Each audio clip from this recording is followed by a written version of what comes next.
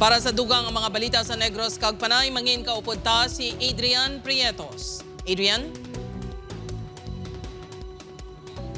Yes, George, mga kapuso, madamo gini salamat. Suspect sa pagpang-hold up sa isa ka taxi driver sa Bacolod City patay. Samtang upod sining lalaki arestado sa nagbato sa nagresponde ang kapulisan.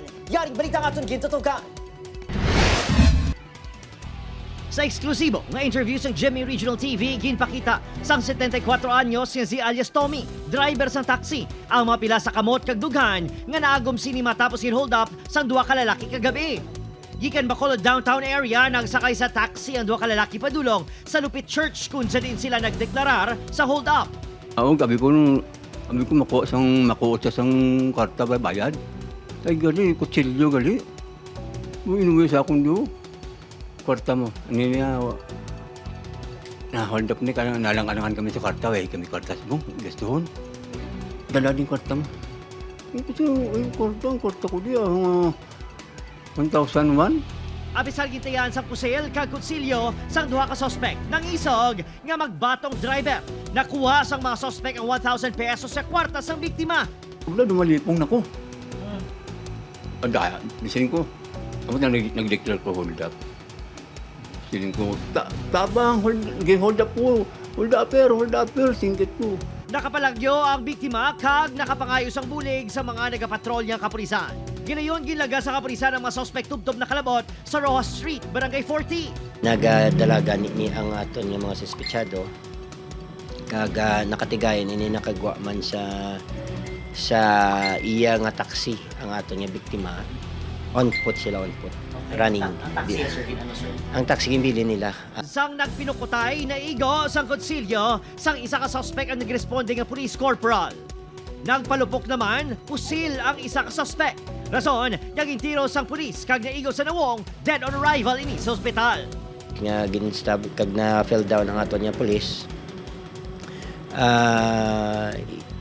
Nakita niya ang imminent danger nga nakatutok ang armas ng isa ka suspetsado. Then afterward, naka-retaliate ang aton kapulisan. Arestado si Benji Situhado, 31 anyos nga taga Kawayan, Negros Occidental. Ginkilala naman ang napatay nga suspect kay alias Ferdinand. Ginahibalo pa sa kapulisan ang background sang duha. Na-recover ang kutsilyo kag pusil yang gingamit sa mga suspect. Kasong robbery hold-up kag serious physical injuries ang ipasaka batok kay Situhado nga preso na sa Police Station 6. Kilaway naman sa katalagman ang police corporal nga nasamaran sa dughan. Upod, Kiril Casillo, Adrian Bretos, 1 Western Visayas. Mga kapuso, 4 kakanding patay samtang 4 pa pilason matapos ginpang buno kag ginpang lampusan sa Banwas ng Tigbawan. Si John Sala nakatuto.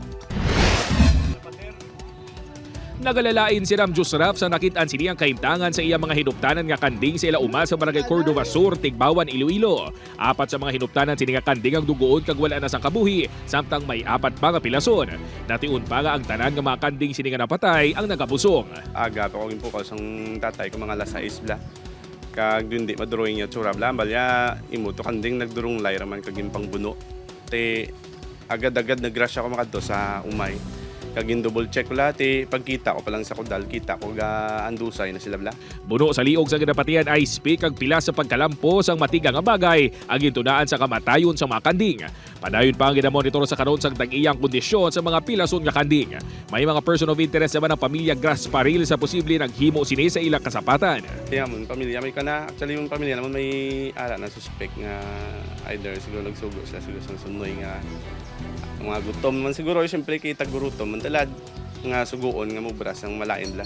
Padayon pa ang investigasyon sa Tigbawan MPS sa insidente. Ginakabig naman nga animal cruelty sang grupong Aspin Iloilo ang insidente kag ginahaylong tag-iya kag kapulisan nga pasakaan sang kasong mga sa likod sini. Hindi pwede inisir mapasakaan sa kaso kaya unacceptable ining ginubra niya.